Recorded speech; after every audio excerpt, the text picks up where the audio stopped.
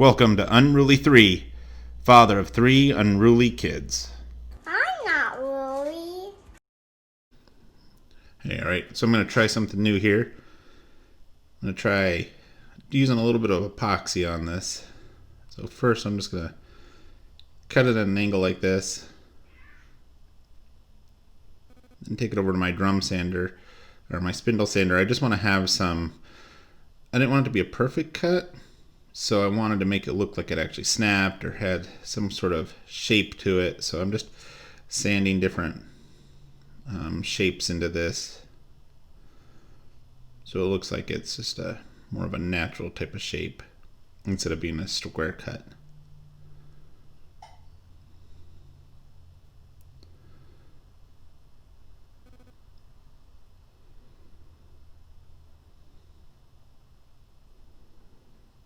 Alright, now with some tape. This is one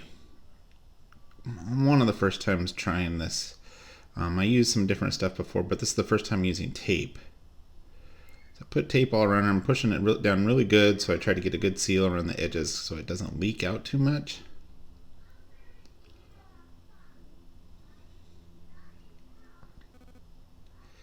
So here I'm mixing up some epoxy.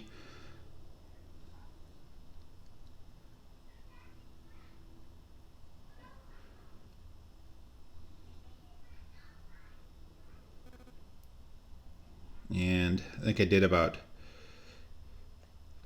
I want to say 25 ounces of each one. Then I'm going to use some cobalt blue. Don't want very much in it. I want it really light. So really got to mix it good.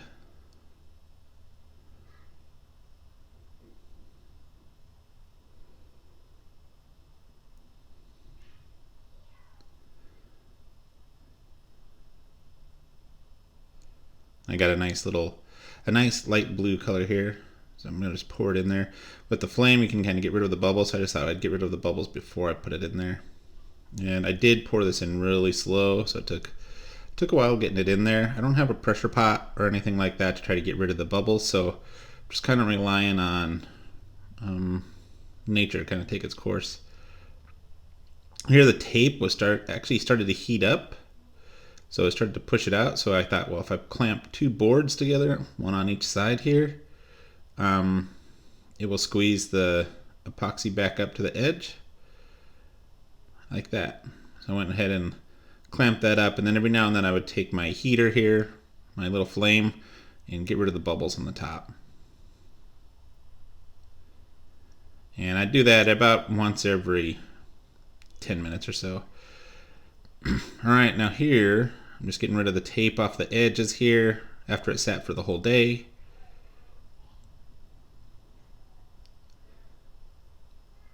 You can kind of see that this is where the problem is.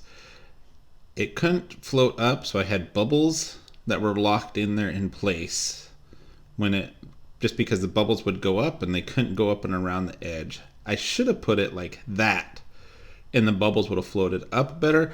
Instead I had it like that, which was trapping the bubbles in those places.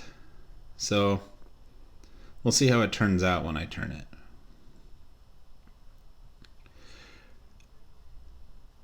So this is a pretty long spindle. I don't need the whole thing, so I'm only going to go about to where I have it there on the left and then figure out how long I want to go on to the right.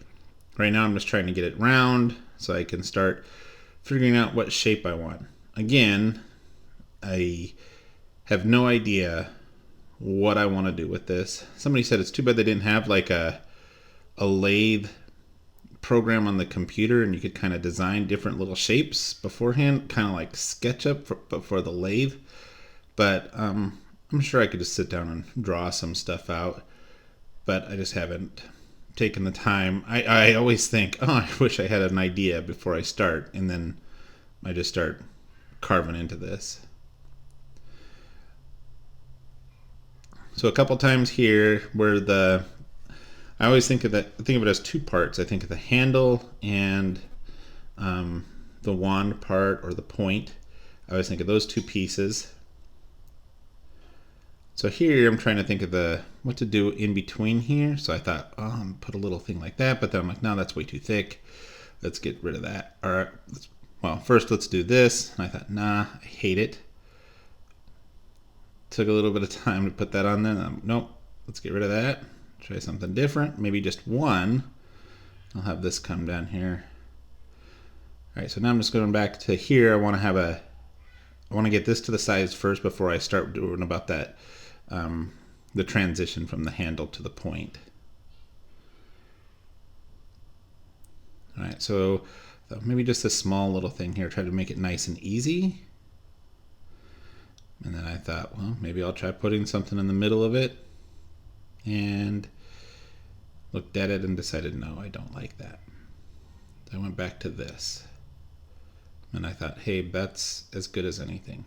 Now it's just time of taking it all the way down. I'm going to try to get this nice and thin here. So I'm trying to figure out how far down on the end down here I wanted to go with this wand. It ended up being almost 16 inches long. So this is the longest wand I've done. It's even longer than the Elder wand by about a half an inch.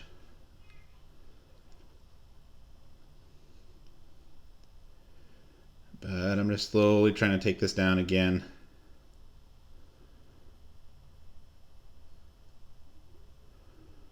Every single time I've said, I wish I would have gone skinnier on the tip, on the wand part. So it's getting to be a little bit to that point where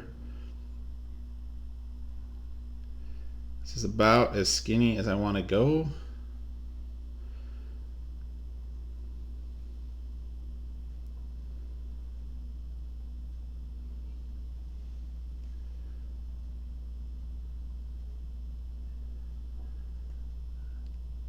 I'm gonna go ahead and grab my block here.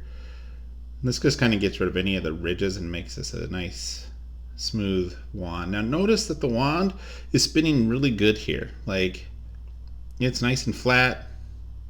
There's no wobble or anything in it. And as I keep sanding, it slowly begins to bend. So now I'm just going to finish this part with the handle. The rest of that down there just needs to be sanded and it's ready to go. But I thought, okay, I'll just have a little tip here. Have a point on the back is kind of what I was thinking. Now look how pretty soon it's going to start to get a wobble to it, which is really weird. I'm going to start at my 150 grit.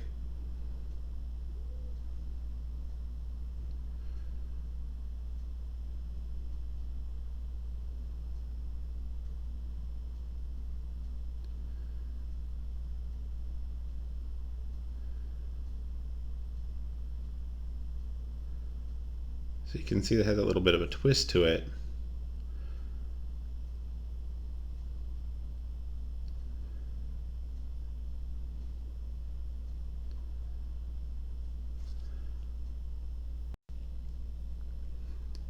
So I was getting here, it's starting to wobble quite a bit.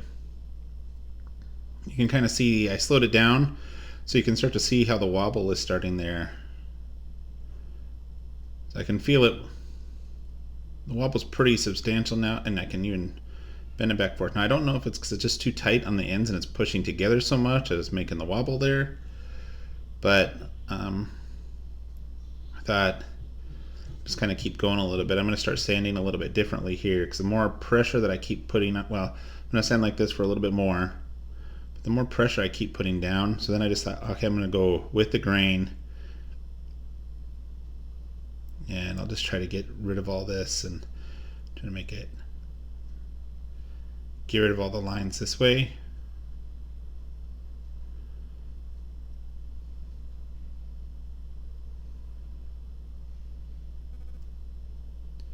As I did this, the wobble kept getting worse and worse.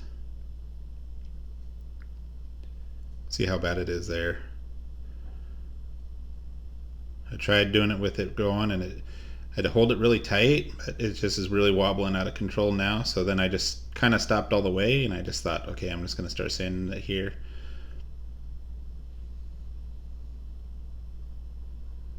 I'll go through my grits without it running. So I was just worried that it might break. You can really tell the wobble's getting bad now.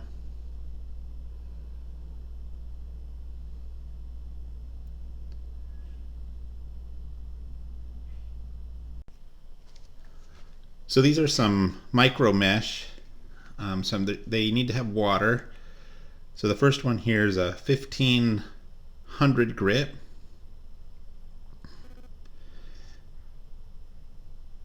And 1800 grit.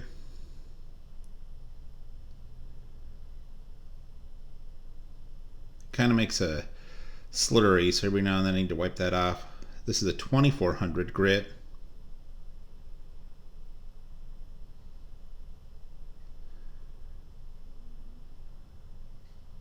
$3,200 grit, I think I'm on now.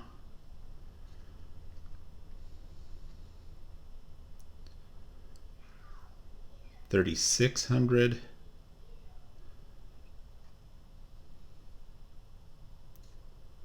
I think I'm on 4,000 grit here.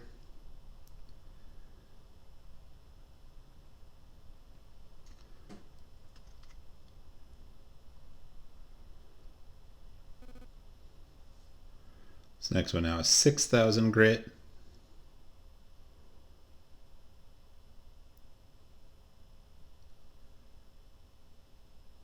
This one's 8,000 grit. And this last one is 12,000 grit. You can see that slurry that it makes as you do it. This is 12,000 grit here.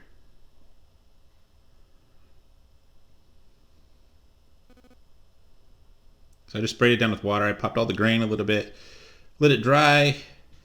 You can really tell that wobble there. And after it dried, I just came back, sanded it really quick with the 600. Tried not to touch the epoxy there because the 600 would actually scratch it, even though I'm sanding with the 600 grit. And apply the oil. I think it turned out pretty good. So I put the tip on, and then it's kind of beveled out. You can see some marks in there from where those bubbles were, but overall I think it turned out pretty good. I just kind of tapered it off at the end, kind of gave it a, I was going to make it a nice point, but alright guys, thanks for watching. Give me a nice subscription or a like or some comments, but I appreciate it. Thank you.